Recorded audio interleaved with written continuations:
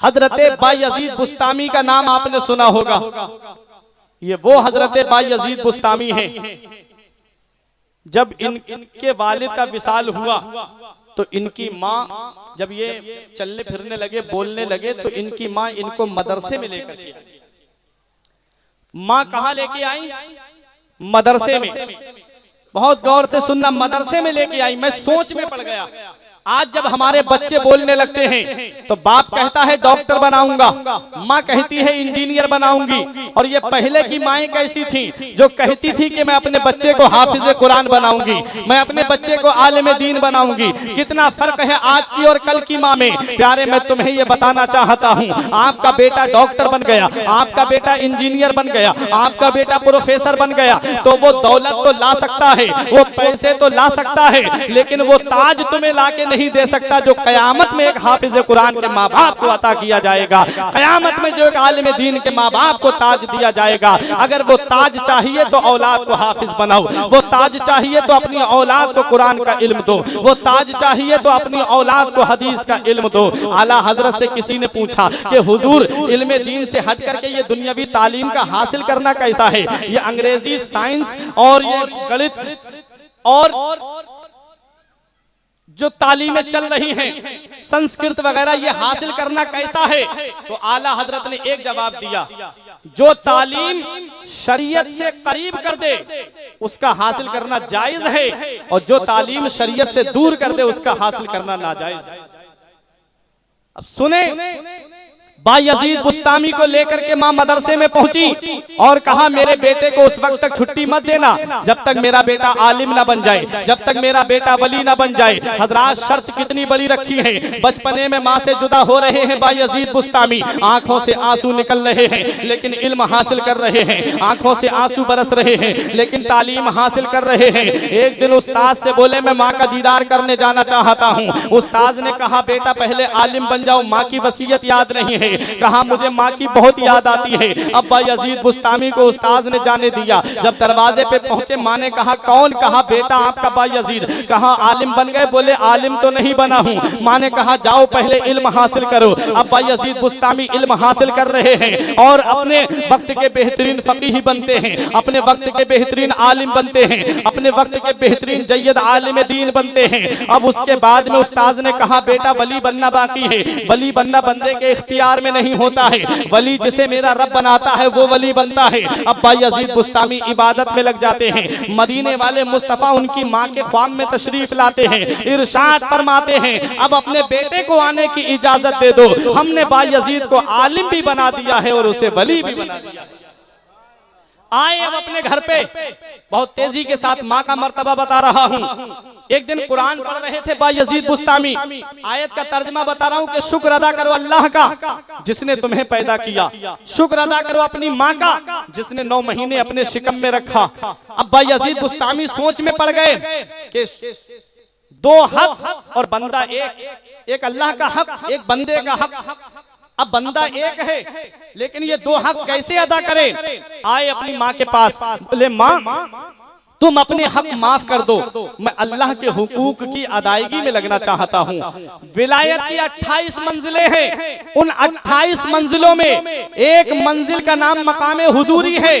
बंदा जब इस मकाम पे पहुँचता है तो उसे हर जगह अल्लाह का जलवा नजर आता है। जब बंदा इस मकाम पे पहुँचता है तो उसे हर जगह अल्लाह का जलवा नजर आता है। ये मकाम मेरे गौसे आजम को हासिल था, ये मकाम पीरे पीरा को हासिल था। बायजीद बुस्तामी कहते हैं मैं इस मंजिल पे पहुँचना चाहता था। माँ ने कहा बेटा अगर तू ये मंजिल पाना चाहता है तो जा, मैंने अपने हक माफ किए। अब बायजीद बुस्तामी आज जंगल में चले आते हैं, अपने रब की इबादत कर रहे हैं। जंगल बदलते रहते थे, कहीं कोई मेरा वक्त खराब ना कर दे, मुझसे मिलने ना आ जाए। और रिवायतों में आया है कि बायजीद बुस्तामी तकरीबन 30 साल तक या 40 साल तक जंगलों में इबादत करते रहे। जंगल बदलते बदलते एक दिन अपनी बस्ती बुस्तान में आ जाते हैं। जब अपनी बस्ती में पहुंचे, देखा कि ये तो मेरा मोहल्ला आ गया है, ये तो मेरी बस्ती आ गई है, लाओ अपनी माँ का दीदार कर लेते हैं। अंदर से आवाज आई 40 साल के बाद आए हो, माँ का इंतकाल हो गया होगा। दिल ने कहा अगर माँ का इंतकाल हो गया होगा तो कब्र पे फातिहा पढ़ लेंगे, और अगर माँ जिंदा होगी तो उसकी चेहरे की जियारत कर लेंगे। अब्बा यजीद बुस्तामी आए दरवाजे पे, आकर के देखा घर में चराग जल रहा है, समझ गए कि मेरी माँ जिंदा है, वहीं दरवाजे पे बैठ जाते हैं। अब्बा यजीद बुस्तामी दरवाजा खटखटाते नहीं हैं, क्योंकि जानते हैं माँ ईशा की नमाज पढ़ के लेटी होगी, माँ तहज्जुद की नमाज पढ़ने के लिए उठेगी। प्यारे ये पहले की माएँ थीं जिनकी फर्ज नमाज तो बहुत दूर की बात, जिनकी तहज्जुद की नमाज भी कज़ा नहीं होती थी। यही वजह है कि उनके शिकम से पैदा होने वाले अपने वक्त के अल्लाह के वली पैदा हुए।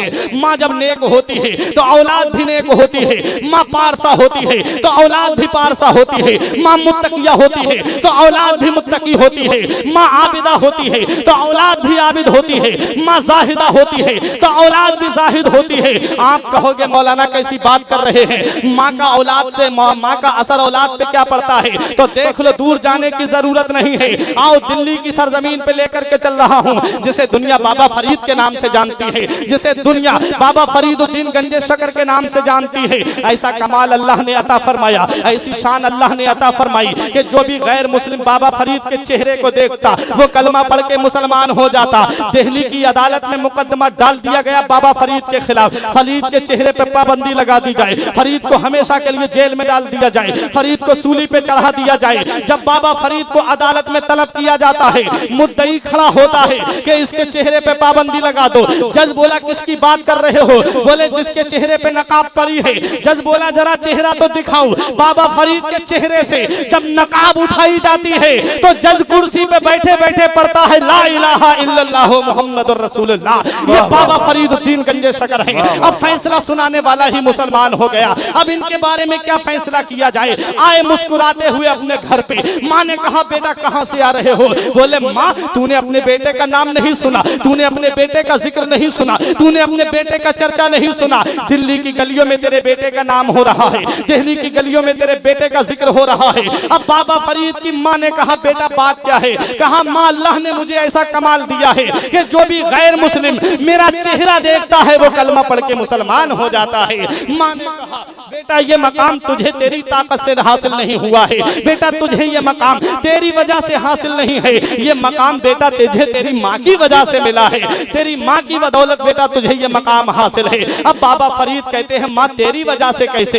तब माँ ने कहा था बेटा जब तू मेरे शिकम में आया तेरी माँ ने कोई हराम लुकमा नहीं खाया। बेटा जब तू पैदा हुआ तेरी माँ तुझे उस वक्त तक दूध नहीं पिलाती थी जब तक वुजू करके 2 रकत नमाज नहीं पढ़ लिया करती थी। बेटा जब दुनिया चैन से सोती थी तब तेरी माँ सर्दी की रातों में उठ करके वुजू करके तहज्जुद की नमाज पढ़ के रब की बारगाह में यही दुआ करती थी, ए मेरे मौला तूने मुझे जो बेटा दिया है उसे ऐसा कमाल अता फरमा दे कि जो भी गैर मुस्लिम देखे वो कलमा पढ़ के मुसलमान।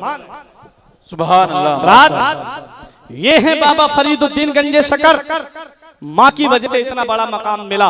माँ नेक होती है तो औलाद नेक होती है, माँ पारसा होती है तो औलाद भी पारसा होती है, माँ मुत्तकिया होती है तो औलाद भी मुत्तकी होती है। और माँ जब सीरियल देखने वाली होती है तो औलाद उनकी टिकटॉक पे डांस करती हुई नजर आती है। माँ जब सीरियल देखने वाली होती है तो औलाद अपनी वीडियो बना करके नेट पे अपलोड करती हुई नजर आती है। माँ जब फिल्में देखने वाली होती है तो बेटे भी उनके डांस करते हुए नजर आते हैं। इसलिए ए पूरनपुर के जिंदा दिल मुसलमानों अपने बच्चों को वक्त से पहले जवान कर दो, लेकिन हीरो हीरोइन का किरदार देकर नहीं, फिल्मी एक्टरों का किरदार देकर नहीं, बल्कि करबला के हुसैन आजम का किरदार देकर जवान करो, बगदाद के गौसे आजम का किरदार देकर के जवान करो। माँ जब नेक होती है तो औलाद भी नेक होती है। अरे माँ जब फातिमा होती है तो बेटा नेज़े पे चढ़ के कुरान सुनाने वाला हुसैन होता है। माँ जब उम्मुल खैर फातिमा होती है तो बेटा बगदाद का गौसे आजम होता है। माँ जब माह नूर बीबी होती है तो बेटा 95 लाख गैर मुस्लिमों को कलमा पढ़ाने वाला हिंदुस्तान का राजा गरीब नवाज होता है। माँ जब आरिफा होती है तो बेटा फरीदुद्दीन गंजे शकर होता है। माँ जब आरिफा होती है तो बेटा बायजीद बुस्तामी होता है। इसलिए ये मत देखो कि मोहल्ले वाले क्या कहेंगे, औलाद को इस्लामी सांचे में ढाल दो, औलाद को मदारिस में दाखिल कर दो, ताकि ये औलाद कुरान और हदीस का इल्म पढ़कर मुस्तफा की शरीयत को समझ करके नबी की सुन्नतों को अपनाती हुई नजर आए। ये मत देखना इस्लामी लिबास में डालेंगे तो हमारे मोहल्ले वाले क्या कहेंगे, ये मत देखना कि हमारे खानदान वाले क्या कहेंगे, ये मत देखना कि हमारे पड़ोसी क्या कहेंगे। जमाना खफा है तो क्या गम है इसका, जमाने को ठोकर लगाए चला जा। मां नेक होती है तो औलाद नेक होती है, माँ पारसा होती है तो औलाद भी पारसा होती है। अब्बा यजीद बुस्तामी दरवाजे पे आकर के बैठ गए, सोचते हैं कि दरवाजा खटखटाऊंगा माँ की नींद में खलल पड़ जाएगा। अब माँ थोड़ी देर के बाद में बेदार होती है, अंदर से पानी के छलकने की आवाज आती है, समझ गए कि मेरी माँ बेदार हो गई है। अब्बा यजीद बुस्तामी अपने दरवाजे को खटखटाते हैं, लेकिन आवाज यही आ रही है कि बेटा 40 साल के बाद आया है, अब माँ पहचानेगी कैसे। आपके वहमो गुमान में आ रहा है कि माँ मुझे जानेगी कैसे, लेकिन प्यारे औलाद कितने भी दिनों के बाद में क्यों ना आए, लेकिन माँ उसको अपने बेटे के कदमों की आहट से पहचान लेती है। सुने, बायजीद बुस्तामी ने जैसे ही दरवाजा खटखटाया, अंदर से आवाज आई, मेरे बेटा बायजीद तू आ गया, मेरे लाल तू आ गया। दरवाजा खोला, माँ ने सीने से लगा लिया। 40 साल के बाद बेटा आया है, माँ ने अपने सीने से लगाया, माँ ने अपने कलेजे से लगा के कहा, बेटा कितनी दूर चला गया था अपनी माँ से, तुझे माँ की याद नहीं आई बेटा, क्या तुझे अपनी माँ का ख्याल नहीं आया।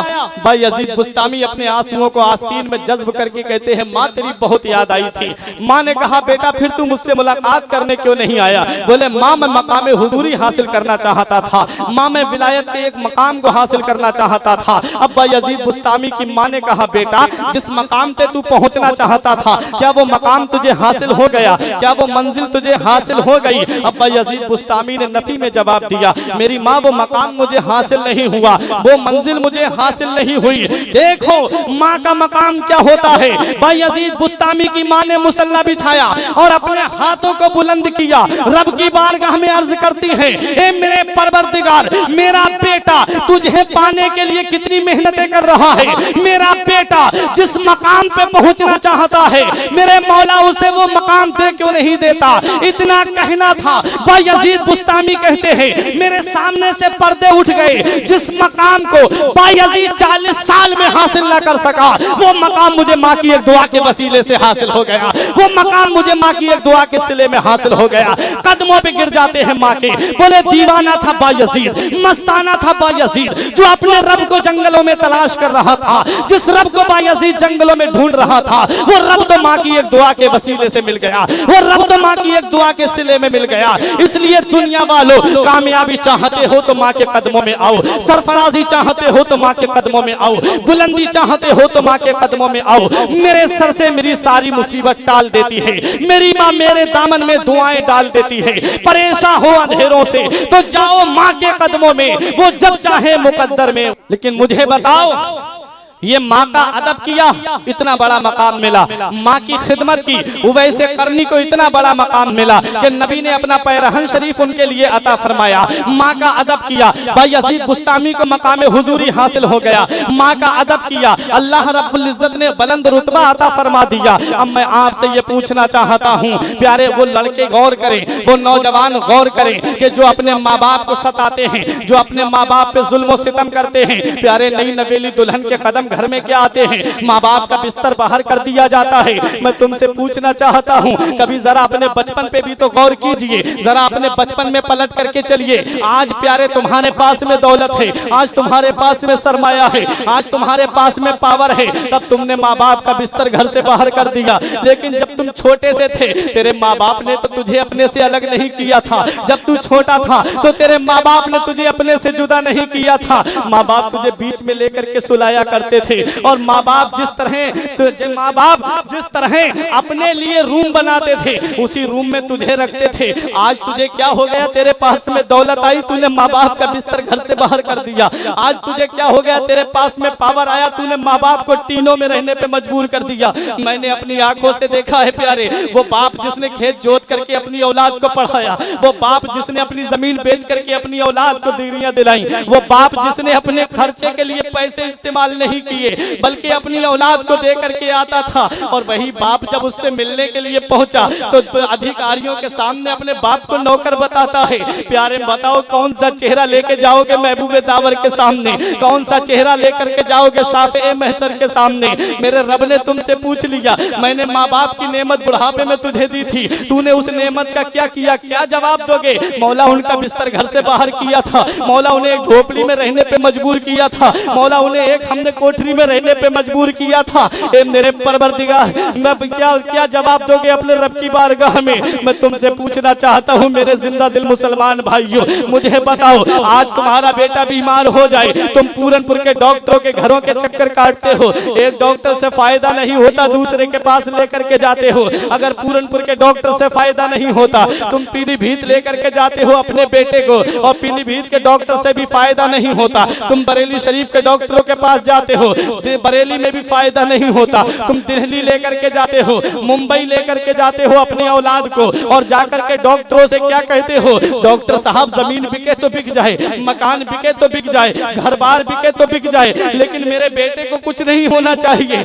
मेरी औलाद को कुछ नहीं होना चाहिए। मैं तुमसे पूछना चाहता हूँ पूरनपुर के जिंदा दिल मुसलमानों, तुम्हारा बेटा बीमार हुआ तुम परेशान हो गए, तुम्हारे बेटे को तकलीफ हुई तुम परेशान हो गए। आज तो तरक्की याफ्ता दौर में जी रहे हो, आज तो टेक्नोलॉजी के दौर में जी रहे हो, आज तो बहुत ज्यादा आलात ईजाद हो चुके हैं, आज तो मोटरसाइकिल का जमाना है, आज तो कार का जमाना है, आज तो बसों का जमाना है। जरा 40-50 साल पीछे जाकर के तो देखो, किसी किसी के घर में साइकिल हुआ करती थी, प्यारे बाप के पैरों में चप्पल भी नहीं होती थी, माँ के पैरों में चप्पल भी नहीं होती थी। कौन, मैं तुमसे ये पूछना चाहता हूँ, आज तुम्हारा बेटा बीमार हुआ तुम डॉक्टरों के पास गए, आज तुम्हारी औलाद बीमार हुई तुम डॉक्टरों के पास जाकर के परेशानी में कह रहे हो डॉक्टर साहब जितना पैसा लगे लग जाए लेकिन बेटे को कुछ नहीं होना चाहिए। ऐसे ही अपने बचपन में पलट करके चलो, जब तुम बचपन में बीमार हुए थे, जब तुम बचपन में बीमार पड़े थे, तुम्हारे बाप ने तुम्हें कैसे जाओ डॉक्टर के पास लेकर के गए थे, पैरों में चप्पल नहीं लेकिन बाप डॉक्टर के पास भागता हुआ जा रहा है,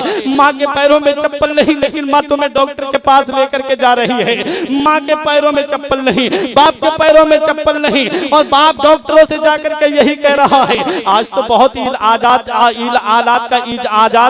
आलात ईजाद हो चुके हैं, आज तो बहुत ज्यादा दौर तरक्की कर चुका है, आज तो मारुति के जरिए बहुत जल्दी इंसान पहुंच जाता है, लेकिन 40-50 साल पीछे जाके देखो पैदल का सफर था, लेकिन बाप पीठ पे डाल करके अपने बेटे को लेकर के जाता, कांधे पे डाल करके अपने बेटे को लेकर के जाता, और यही जा करके कहता था डॉक्टर साहब जमीन बिके तो बिक जाए, मकान बिके तो बिक जाए, घर बार बिके तो बिक जाए, लेकिन मेरे बेटे को कुछ नहीं होना चाहिए। आज यही बेटा जवान हुआ है, बाप ने अपनी जिंदगी का चैन सुकून इस पे निसार कर दिया, बाप ने अपनी जिंदगी का सरमाया इस पे निछावर कर दिया। आज यही बेटा वो जब जवानी पे पहुंचता है और माँ बाप बुढ़ापे की दहलीज पे कदम रखते हैं, इसी नौजवान ने माँ बाप का बिस्तर बाहर निकाल दिया। क्या जवाब दोगे कयामत में अपने रब को, क्या जवाब दोगे मदीने वाले मुस्तफा को। अगर मदीने वाले मुस्तफा ने तुमसे पूछ लिया कि मैंने माँ बाप का अदब करने का हुक्म तुझे दिया था, क्या तूने अपने माँ बाप का अदब किया, तो क्या जवाब दोगे। इसलिए अगर कामयाबी चाहते हो तो माँ बाप की खिदमत करो। माँ